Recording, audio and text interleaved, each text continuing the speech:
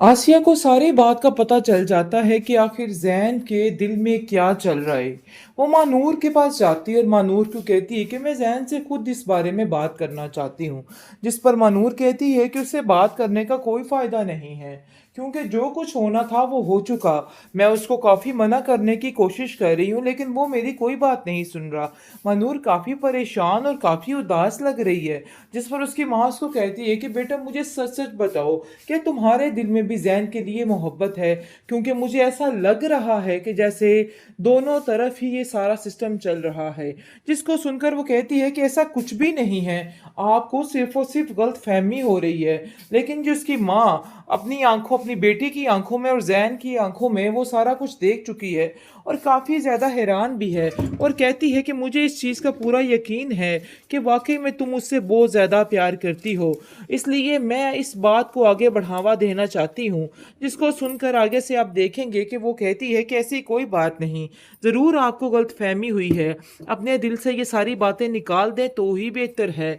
लेकिन जी आप देखेंगे कि मदीहा दूसरी तरफ कहती है कि देखो तुम्हारी मर्जी नहीं चलने वाली, तुम चाहे लाख कोशिशें कर लो लेकिन उसके बावजूद महविश के अलावा इस घर में कोई और नहीं आ सकता। इस चीज़ को समझने की कोशिश करो। जिसको सुनकर वो कहता है कि मैं जानता हूँ कि आप जिद की बहुत ज़्यादा पक्की हैं और जो कुछ करेंगी जिद में आकर करेंगी। मैं जानता हूँ कि महविश के अलावा इस घर में कोई नहीं आ सकता, लेकिन मेरे दिल में मानूर के अलावा भी कोई नहीं आ सकता। इस चीज़ का भी अब आपको अंदाज़ा हो जाना चाहिए, लेकिन शायद आप इस बात को मानने से इनकार कर रही हैं।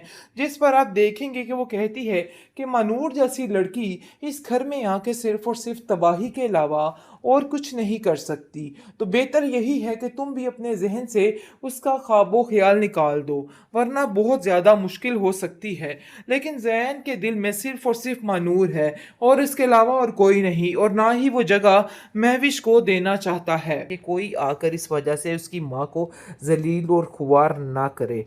लेकिन वो ये नहीं जानती कि उसका मुकाम असल में है क्या। जब उसको पता चलेगा तो फिर वो हैरान हो जाएगी कि आखिर ये सब कुछ क्या हो गया। और दूसरी तरफ जी आप देखेंगे कि महविश इस कदर चालाकी खेलती है और रोना रोती है जाकर अपनी सास से कि मेरी जो माँ है वो बिल्कुल भी मेरे साथ नहीं, अपनी माँ अपनी ही होती है। अब इस चीज़ का मुझे अंदाज़ा हो गया है, क्योंकि मैंने अपनी माँ को इतना माना लेकिन उसके बावजूद उन्होंने मुझसे बहुत ज़्यादा बुरा किया है।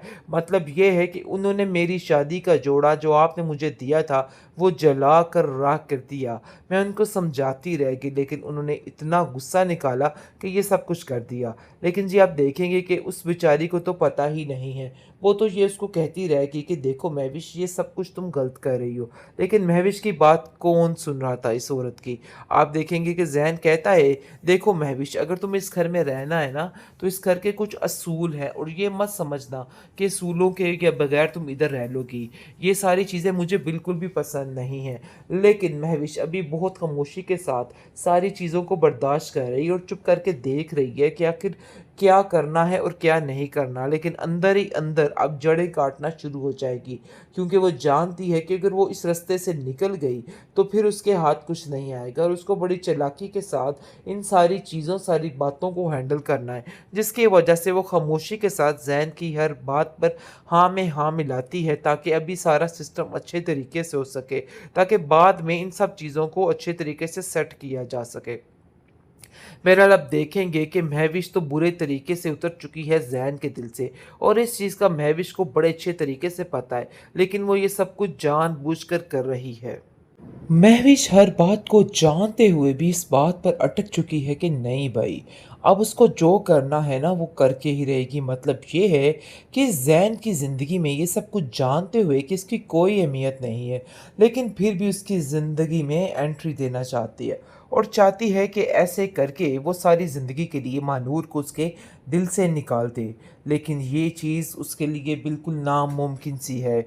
आप देखेंगे कि अब जाकर मानूर को अंदाज़ा हो गया है कि वाक़ई में ज़ैन उसे बहुत ज़्यादा प्यार करता है। जब अलीज़े मतलब कि ज़ैन की बहन उसके पास जाती है और उसको जाके कहती है कि मैं तुमसे बहुत ज़रूरी बात करना चाहती हूँ, और वहाँ जाकर जैसे ही बात खुलती है तो वो बताती है कि ज़ैन तुमसे बहुत प्यार करता है और तुम्हारे बगैर नहीं रह सकता है, और तुम भी इस चीज़ को जितनी जल्दी हो सके एक्सेप्ट कर लो, यही तुम्हारे लिए बेहतर है। जिसको सुनकर वो कहती है कि ऐसा नहीं हो सकता है, आखिर मैं ये सब कुछ कैसे कर सकती हूँ? मैं तो आप लोगों की ज़िंदगियों से वापस आ चुकी हूँ ताकि मैं अपनी ज़िंदगी सुकून से गुजार सकूँ। अब तुम दोबारा मुझे कह रही हो कि मैं सब कुछ के बीच चली जाऊँ और सारे मामलात ख़राब कर दूँ। नहीं, ऐसा नहीं होगा। जिसको सुनकर साफ-साफ आगे से कह देती है वो कि तुम्हें ये सब कुछ करना पड़ेगा। महविश मजबूरी बन चुकी है सिर्फ़ उनकी, इसके अलावा और कुछ भी नहीं है। लेकिन जी मानूर इस बात को बड़े अच्छे तरीके से समझती है और कहती है कि मुझसे किसी किस्म की उम्मीद मत रखिएगा। मैं कभी भी आपका इन सब चीज़ों में साथ नहीं दूँगी।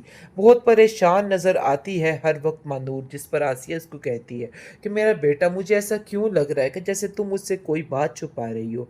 आगे से वो बात को बताने से इनकार कर देगी और वो जानती है कि जैसे ही वो अपना किस्सा खोलेगी तो उसकी माँ काफ़ी परेशान हो जाएगी और रोएगी। इसलिए वो खामोशी के साथ इस बात को इग्नोर करती है। आप देखेंगे कि ज़ैन दोबारा से उसके घर आता है और आकर कहता है कि देखो, तुम्हें अब इन सब चीज़ों से पीछे नहीं हटना। मैं तुमसे वादा करता हूँ, मैं तुम्हारा साथ दूँगा और कभी भी नहीं छोड़ूँगा।